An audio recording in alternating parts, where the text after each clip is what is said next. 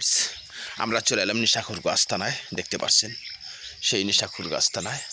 এই যে নিশাখুরের আস্তানায় দেখছেন লাল টুকটুক একটা শাড়ি।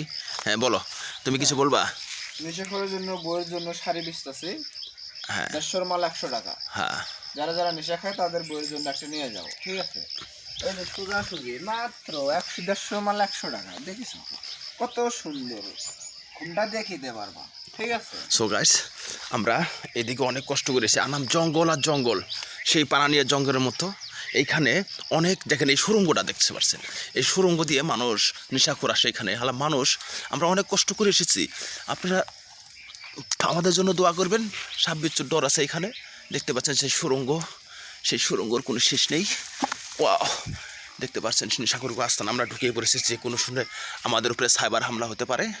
দেখতে পাচ্ছেন সেই সুড়ঙ্গ, এই জঙ্গল, ওই জঙ্গলের কোনো শেষ নেই। এইখানে নিশাখুররা ঢুকে